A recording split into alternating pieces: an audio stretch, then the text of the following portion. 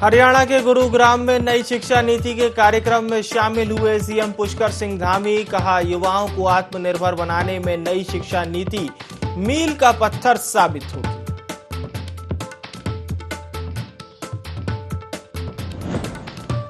वरिष्ठ पत्रकार योगेश भट्ट ने संभाला सूचना आयुक्त का कार्यभार। राज्यपाल गुरमीत सिंह ने दिलाई पद एवं गोपनीयता की शपथ।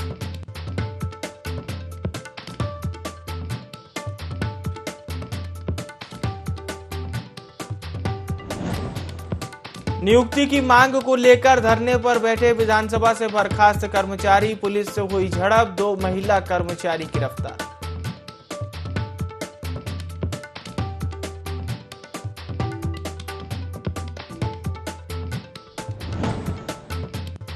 केदारनाथ के स्वर्ण मंडित गर्भगृह और बद्रीनाथ धाम की सुरक्षा आईटीबीपी ने संभाली। 2 कंपनियां तैनात। भीषण ठंड में भी जारी रहेगा पुनर्निर्माण।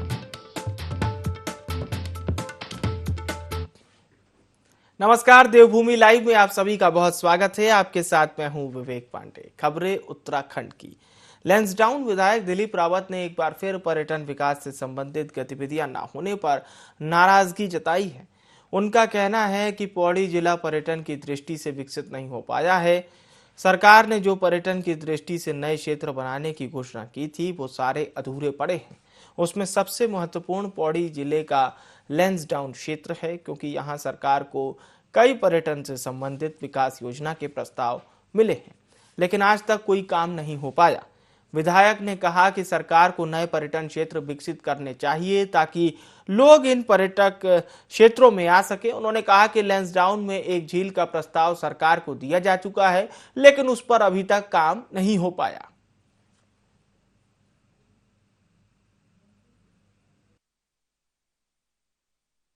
लैंसडाउन में मेरे एक प्रस्तावित झील है और माननीय तत्कालीन मुख्यमंत्री जी ने उसमें घोषणा की थी, लेकिन अभी तक वो उसमें कोई आगे परवान नहीं चढ़ पाया है। और मैं प्रयासरत हूँ कि अगर वो झील बन जाएगी तो ये नैनीताल की कमी पूरी कर सकता है।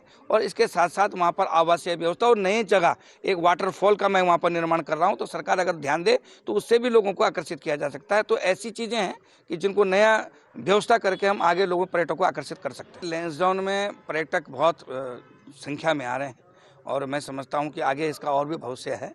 और मैं प्रयास कर रहा हूं कि सरकार की तरफ से कोई ऐसा गंभीर प्रयास हो ताकि वहां पे पर्यटक रुक सके, 2-3 दिन तक अपना एंजॉय कर सकें। लेकिन ये मैं वास्तव में मैं स्वीकार करता हूं, ये हमारी कमी है कि अभी तक हम यहाँ पर जो है मुकम्मल व्यवस्था नहीं कर पाए।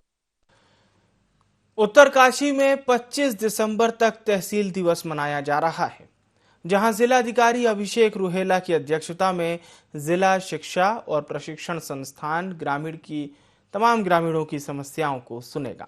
इसके साथ ही साथ फरियादियों ने अपनी समस्याएं और शिकायतें जिलाधिकारियों के सामने रखी। वहीं अधिकांश शिकायतों को तुरंत हल कर दिया गया है और बची हुई समस्याओं को 15 दिन के भीतर हल करने के निर्देश दिए गए हैं।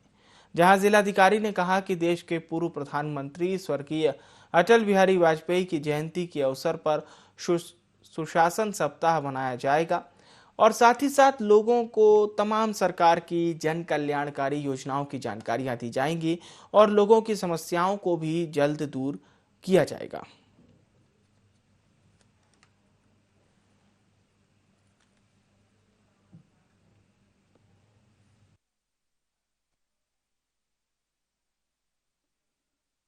तहसील दिवस के कार्यक्रम में बड़कोट में आज आयोजन किया गया है और काफ़ी संख्या में आज लोग आए हैं और अभी तक 47 शिकायतें प्राप्त हुई हैं। कुछ सुझाव भी लोगों द्वारा दिए गए हैं और संबंधित विभागों को मौके पर ही कार्रवाई हेतु निर्देश दिए जा रहे हैं। रास्तों और सड़कों की स्थिति को लेकर कुछ शिकायतें ऑल वेदर रोड के कारण जो परिसंपत्तियों का आसपास नुकसान हुआ है उससे संबंधित भी है। कुछ शिकायतें शिक्षा विभाग समाज कल्याण को लेकर हैं अध्यापकों की, और प्रयास यही है कि जिन भी समस्याओं का तत्काल निस्तारण किया जा सकता है वो किया भी जा रहा है। राजकीय स्नातकोत्तर महाविद्यालय गोपेश्वर में छात्र संघ के 6 पदों के लिए कुल 13 प्रत्याशियों ने नामांकन पत्र दाखिल किया, जिसकी जानकारी छात्र संघ निर्वाचन अधिकारी डॉक्टर एस रावत ने दी। उन्होंने कहा कि अध्यक्ष पद के लिए अंशुल भंडारी, धीरज सिंह और उपाध्यक्ष पद के लिए नीरज सिंह, गौरव सिंह बिष्ट और कोषाध्यक्ष पद के लिए अंजलि नेगी, जबकि कार्यकारिणी सदस्य के लिए कनिष्का और किशन सिंह ने नामांकन पत्र भरा है। इस दौरान महाविद्यालय के प्राचार्य रचना नोटियाल ने बताया कि आज नामांकन पत्रों की जांच और नाम वापसी की प्रक्रिया संपन्न की जाएगी, जबकि 24 दिसंबर को छात्र संघ चुनाव के लिए मतदान करवाया जाएगा।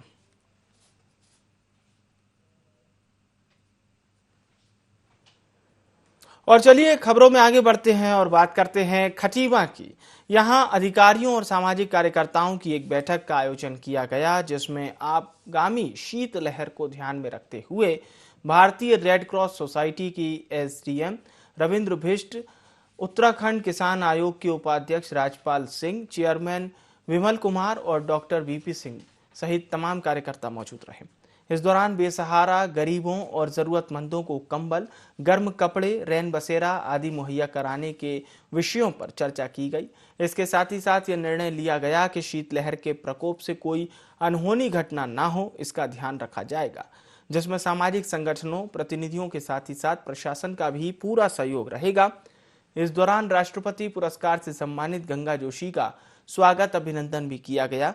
वहीं रेड क्रॉस सोसाइटी के आजीवन सदस्यों को एसडीएम रविंद्र बिष्ट और किसान आयोग के उपाध्यक्ष राजपाल सिंह ने प्रमाण पत्र देकर सम्मानित भी किया।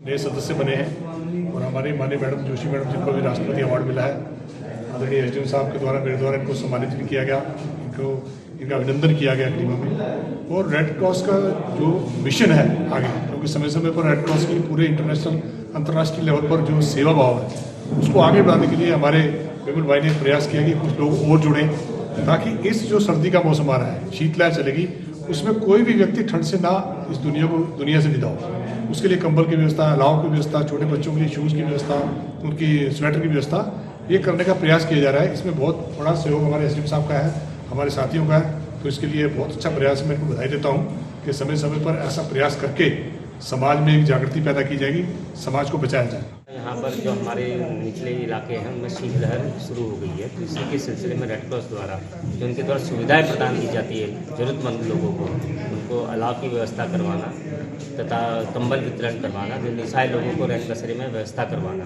प्रशासन के द्वारा इनको बहुत सहयोग दिया जाता है और इनमें कई लोगों द्वारा रेड क्रॉस को ज्वाइन भी किया है। उसी सिलसिले में आज मीटिंग हुई थी और इसमें माननीय मंत्री जी हमारे साथ थे। इन लोगों के द्वारा बताया गया है कि जितने भी जरूरतमंद लोगों को उनको हम कंबल वितरण करेंगे तथा ये इंश्योर करेंगे कोई भी शीतलहर से कोई डेथ ना हो। तो बैकडोर भर्ती मामले में विधानसभा से बर्खास्त 228 कर्मचारियों का धरना प्रदर्शन तीसरे दिन भी जारी रहा। यहां पुलिस बल ने धरना स्थल पर पहुंचकर कर्मचारियों की गिरफ्तारी कर ली, जिसका प्रदर्शनकारी पुरजोर विरोध कर रहे हैं।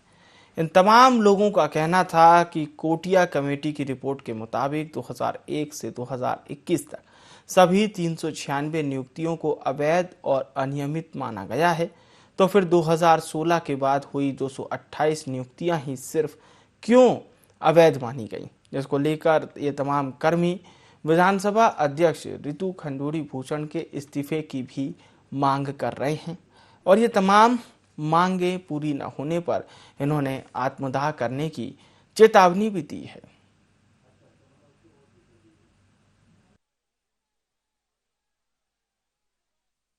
जाके आत्मदाह करने वाले हैं। हमारे मौत की जिम्मेदार रितु खंडूड़ी होगी, अशोक शाह होगा हमारी मौत का जिम्मेदार। हम आत्मदाह करेंगे, आत्मदाह, और हमारी मौत का जिम्मेदार होगा रितु खंडूड़ी और उसके घर पे सर्वनाश तय है उसका। अभी पाप का घड़ा भरा नहीं, उसका पाप का घड़ा फूटने वाला है, जल्दी उसका पाप का घड़ा भर जाएगा। बद्रीनाथ और केदारनाथ धाम में सुरक्षा के मद्देनजर इस बार आईटीबीपी के जवानों की तैनाती की गई है। श्री बद्री केदार समिति के अध्यक्ष राजेंद्र अजय ने मुख्य सचिव को पत्र लिखकर इसकी मांग की थी। बता दें कि केदारनाथ धाम के गर्भगृह में सोने की परत लगाई गई थी और बद्रीनाथ धाम के गर्भगृह में पहले से ही सोने की परत है। सुरक्षा के मद्देनजर दोनों जगह आईटीबीपी के जवानों की तैनाती की गई है।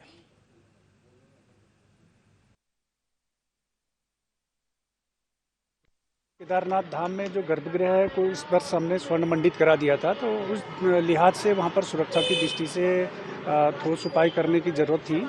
तो इस संदर्भ में मैंने कपाट बंद होने से पूर्व प्रदेश के मुख्य सचिव को एक पत्र लिखा था कि केदारनाथ धाम में ये स्वर्ण मंडित होने के कारण से अब यहाँ पर सुरक्षा के और समुचित उपाय किए जाने चाहिए। बद्रीनाथ धाम में भी जो गर्भगृह है वो स्वर्ण मंडित है पूर्व से ही, तो इस लिहाज से सुरक्षा की वहाँ पर बहुत आवश्यकता थी और इस संदर्भ में मैं प्रदेश सरकार का भी और केंद्र सरकार का भी आभार व्यक्त करना चाहूँगा कि उन्होंने हमारी जो मांग थी उस पर गंभीरता से लिया और वहाँ पर आईटीबीपी की जो जवान हैं उनकी तैनाती कर दी है।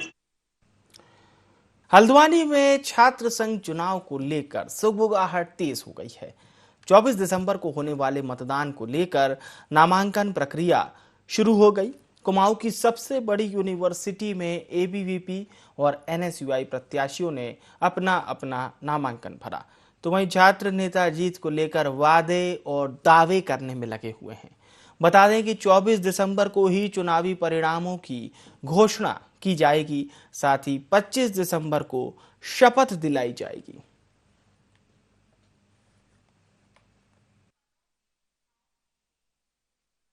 नामांकन सफलता से हो चुका है और मैं ये महाविद्यालय के समस्त छात्र छात्राओं का आभार जताते हुए उनसे वादा करता हूं कि अगर मैं यहां से भारी मतों से चुनाव जीतता हूं, कमियां देखिए इस महाविद्यालय में उनको दूर करने की पूरी कोशिश करूंगा। बाकी मैं यही कहना चाहूंगा कि मैं महाविद्यालय के प्रत्येक छात्र छात्राओं के साथ हमेशा कंधे से कंधा मिलाकर खड़ा हूँ और खड़ा रहूंगा। छात्र पद की दावेदारी में आती हूँ तो यहाँ सबसे पहले बच्चों के लिए जो पहाड़ के बच्चे हैं उनके लिए सबसे पहले हेल्प करूँगी। और दूसरी समस्या है कि यहाँ लाइब्रेरी की समस्या है, उसमें ई लाइब्रेरी की जो छोटे छोटे माध्यम से उनसे बुक्स अवेलेबल कराऊंगी। और ग्राउंड की यहाँ सबसे जो बच्चे यहाँ से गेम से खेलते हैं उसमें क्या बोलते हैं यहाँ फील्ड की समस्या है, उसके लिए भी यहाँ उसकी सुविधा कराऊंगी। नामांकन के लिए जो है करीब हमने 11 बूथ बना रखे हैं।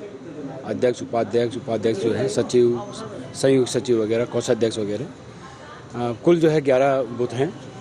और इनमें जो है प्रक्रिया जो है नामांकन की जो है 11 बजे से जो है 3 बजे तक होगा।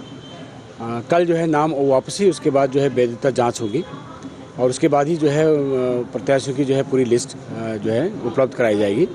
24 को जो है चुनाव जो है वो 9 बजे से प्रारंभ होंगे, 2 बजे तक चलेंगे और 2 बजे के बाद जो है उसके बाद जो है वोटों की गिनती का कार्य शुरू हो जाएगा। घेस गांव में आयोजित बीडीसी बैठक में स्वास्थ्य विभाग का प्रतिनिधित्व कर रहे डॉक्टर अक्षत थापा को देवाल प्रमुख दर्शन दानू के बाहर का रास्ता दिखाए जाने का मामला तूल पकड़ता जा रहा है। ब्लॉक प्रमुख देवाल ने चिकित्सा प्रभारी डॉक्टर शहजाद अली पर कई गंभीर आरोप लगाए, साथ ही स्वास्थ्य मंत्री से कार्रवाई की मांग की है। वहीं प्राथमिक स्वास्थ्य केंद्र देवाल और चिकित्सा सेवा संघ चमोली के बैनर तले सामुदायिक स्वास्थ्य केंद्र थराली के चिकित्सकों ने काली पट्टी बांधकर देवाल प्रमुख के खिलाफ विरोध का बिगुल बजा दिया है।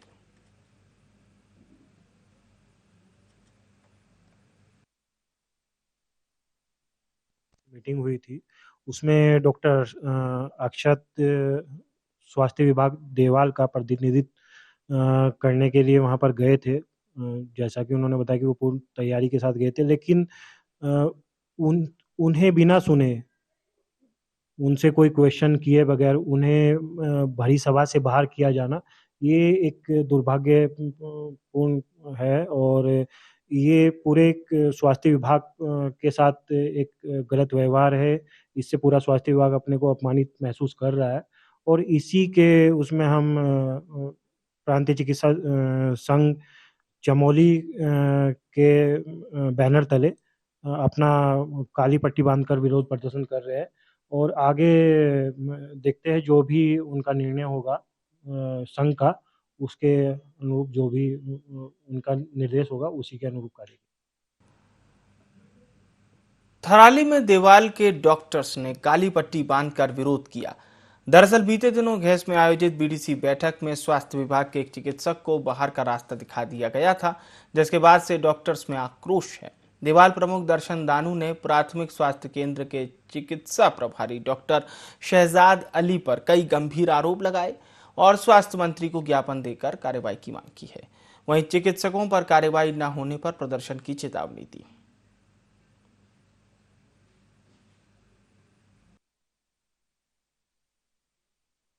निश्चित तौर पर मैं चिकित्सा संघ को भी कहना चाहता हूँ, ऐसे डॉक्टरों का बचाव मत करिए। आप आइए देवाल की जनता से पूछिए किस तरीके से लूट-खसोट इन्होंने मचा के रखी है और किस तरीके से यहाँ पर प्राइवेट जो मेडिकल शॉप है उनके उनसे कमीशन इनके फिक्स हो रखे हैं। इस प्रकार इसकी भी हमने जाँच की माँग की है और डॉक्टर अली के खिलाफ निश्चित तौर पर एक-एक जनप्रतिनिधि सड़कों पर उतरेगा। आज हमारे साथ थराली के ब्लॉक प्रमुख जी हैं, यहाँ के कनिष्ठ प्रमुख जी हैं। आने वाले समय में पूरे प्रदेश के भीतर हमारा प्रमुख संगठन भी, प्रधान संगठन भी और जिला पंचायत संगठन भी अगर इन पर कार्रवाई नहीं होगी सड़कों पर उतरने को मजबूर होगा। इस संबंध में जो जनप्रतिनिधि गण आए थे, जिसमें देवाल प्रमुख स्वयं भी थे, उन्होंने 2 ज्ञापन दिए हैं इसी संबंध में। उनका ये कहना है कि पंचायती राज अधिनियम के तहत उनके पास अथॉरिटी है कि इसको सदन में रखना है, नहीं रखना है। और वहीं कुछ सूत्र ये भी बता रहे हैं कि उस दिन शायद उनका MOIC जो है अपनी किसी अन्य बैठक में थे। तो ज्ञापन को जो है उचित माध्यम से भिजवा दिया जाएगा। बाकी एक ये जाँच का विषय है कि किस कारणवश ये मुद्दा जो है ये शूट रहा है। लोहाघाट के ट्रेजरी और कलीगांव क्षेत्र की रहने वाली 2 नाबालिग छात्राएं अचानक घर से लापता हो गई। परिजनों ने कई जगह तलाश किया लेकिन छात्राओं का कहीं सुराग नहीं लगा। बाद में परिजनों ने पुलिस थाने में शिकायत दर्ज कराई। पुलिस क्षेत्र के CCTV फुटेज खंगाल रही है। प्रभारी एसओ हरिप्रसाद ने इसे लेकर जानकारी दी।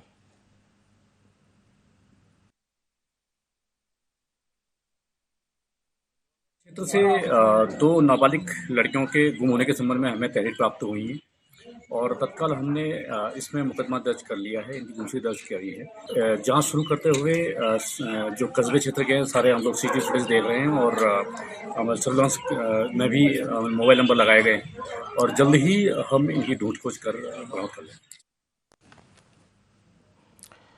ऊधम सिंह नगर के जसपुर में अफजलगढ़ मार्ग पर फैक्ट्री में काम कर वापस लौट रहे युवक को कार सवार ने टक्कर मार दी। सूचना मिलने पर मौके पर पहुंची पुलिस ने घायल युवक को अस्पताल में भर्ती कराया, जहां उपचार के दौरान उसकी मौत हो गई।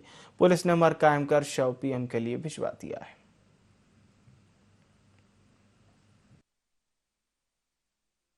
एक्सीडेंट हुआ था 4 पहियों गाड़ी से, भाई था साइकिल से और सर जी पर टक्कर मार के वो भाई तो धीरे धीरे चल रहा था और गाड़ी वाला जो था वो तेज ला रहा था, वो तेजी से उसने फायरिंग करी उसके ऊपर। सर जी यहाँ अस्पताल में तो लाए थे लेकिन ये लोग बोले, पहले तो इन्होंने बताया कि कूल्हे की हड्डी टूटी हुई है तो इसके कारण हाई हो जाएगा ये काम, हम नहीं बेच पा रहे। हमने भी कहा था अगर सर जी नहीं है आपकी बस की तो आप आगे भी बेच सकते हो, कर सकते हो आप। तो सर जी ने बिल्कुल मना कर दी, सर आगे बढ़ने का मतलब मौका नहीं दिया इन्होंने। सिंगल नर्सिंग होम में इंसान मिलना चाहिए बस। दीपक नाम का लड़का जो मृतक है, ये सूतमील जसपुर में क्षेत्र पड़ता है, वहाँ से लौट रहा था, साइकिल से था, जिसको तेज 4 व्हीलर ने पीछे से टक्कर मार दी, जिसका मौके पर जो है कूल्हे टूटना बताया गया है, कूल्हे की हड्डी टूटना, जांघ की हड्डी टूटना बताया गया। ये लोग जो है उसको उठा करके 108 के सहारे से यहाँ सरकारी हॉस्पिटल जसपुर ले गए, जहाँ पर उसका ट्रीटमेंट के चलते उसको यहाँ रेफर कर दिया गया सिंगल नर्सिंग होम में। लेकिन हालत गंभीर होने पर परिजनों ने फिर उनको बताया कि सर आप जो है इसको रेफर कर दें। उन्होंने रेफर के लिए मना कर दिया और खुद से देखने के लिए, इलाज करने के लिए कहा। और इलाज के नाम पे वहाँ खाली ग्लूकोज की बोतल टंगी हुई है और कुछ नहीं है, कोई ट्रीटमेंट नहीं हुआ है। जैसे उसकी पट्टी होनी चाहिए थी, जो होना चाहिए था, कोई गर्म पट्टी होनी चाहिए थी, ऐसा कुछ नहीं हुआ है। जिसको खाली औपचारिकता ही करी है वो भी पूरी नहीं हुई है। हम चाहते हैं कि जिसने टक्कर मारी है और डॉक्टर आशु सिंगल के खिलाफ, दोनों के खिलाफ कानूनी कार्रवाई हो और इनको इंसाफ मिले। एक दीपक नाम का युवक है, ये फैक्ट्री से काम करके घर लौट रहा था अपनी साइकिल पर, तो रास्ते में इसके एक वाहन में, चौपहिया वाहन में इसको टक्कर मार दी। उसके बाद इसके परिजन इसको यहाँ हॉस्पिटल में लेके आए हैं, प्राइवेट हॉस्पिटल में। यहाँ आने के बाद इसको भर्ती कराया गया, इसका इलाज चला और सुबह इसकी मृत्यु हो गई। मृत्यु होने के बाद इसके परिजनों ने आरोप लगाए हैं, अस्पताल पे आरोप लगाए हैं, डॉक्टर पे आरोप लगाए हैं। इसकी हम लोग जांच कर रहे हैं और इसके साथ ही जो भी जिस गाड़ी से उसको टक्कर मारी गई थी उसके खिलाफ भी तहरीर प्राप्त हो गई है और उस गाड़ी नंबर भी हम लोगों ने ढूंढ लिया है। उस गाड़ी के मालिक के खिलाफ कार्रवाई की जा रही है। लोहाघाट के नई बलाई प्राथमिक स्कूल के प्रधानाचार्य की संदिग्ध परिस्थितियों में मौत हो गई। मृतक का शव घर के कमरे में पड़ा मिला है। पड़ोसियों ने पुलिस को बताया कि उनका कमरा 2 दिन से बंद था। पुलिस शव का पंचनामा कर मरचुरी में शव को रखवाया गया।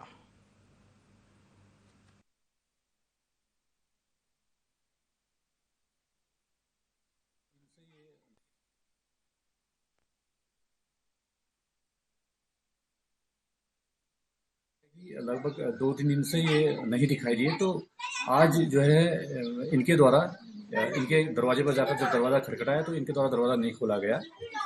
तो किसी घटना की शंका को देखते हुए इनके द्वारा पुलिस को अवगत कराया और हम लोग जब मौके पर पहुंचे तो इसको दरवाजे को फिर हमने तोड़ के जब दरवाज़ा खोला कुंडे को, तो अंदर ये जमीन पर फर्श पर चित अवस्था में पड़े हुए मिले और काफ़ी शराब के पौवे भी कमरे में मिले हैं और इनकी मृत्यु हो चुकी है। हमारे द्वारा जो है इनका आज पंचनामा जो है भरा गया है और शव को पोस्टमार्टम के लिए भेज दिया गया है और पोस्टमार्टम के बाद ही मृत्यु के सही कारणों का पता चलता है। वहीं सितारगंज पुलिस को बड़ी सफलता मिली है। बता दें, बालाजी कंपनी से 5 लाख रुपए की प्लाईवुड का गबन किए जाने के आरोप में फरार चल रहे इनामी आरोपी को पुलिस ने गिरफ्तार कर लिया। इसी कड़ी में पुलिस ने डकैती की योजना बना रहे 6 लोगों को भी गिरफ्तार किया है, जिनके कब्जे से पुलिस ने 3 चाकू, 1 तमंचा सहित कारतूस बरामद किए।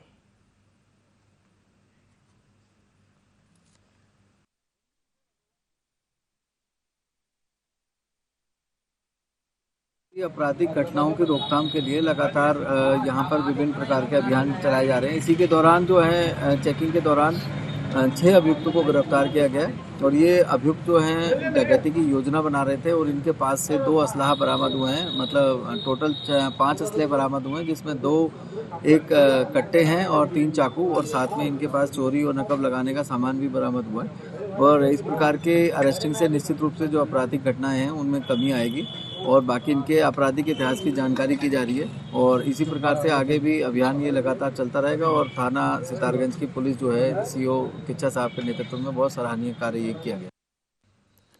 चंपावत के लोहाघाट में पुलिस के साथ ही कुछ नकाबपोश बदमाशों ने लूटपाट की है। ये घटना नानी बोरा पुल के पास की है, जहां सफेद कार में बैठ नकाबपोश बदमाशों ने वन दरोगा को पकड़ लिया। वहीं इस घटना से दरोगा और स्थानीय लोग दहशत में हैं। दरोगा ने मामले की शिकायत थाने में दर्ज करवा दी है।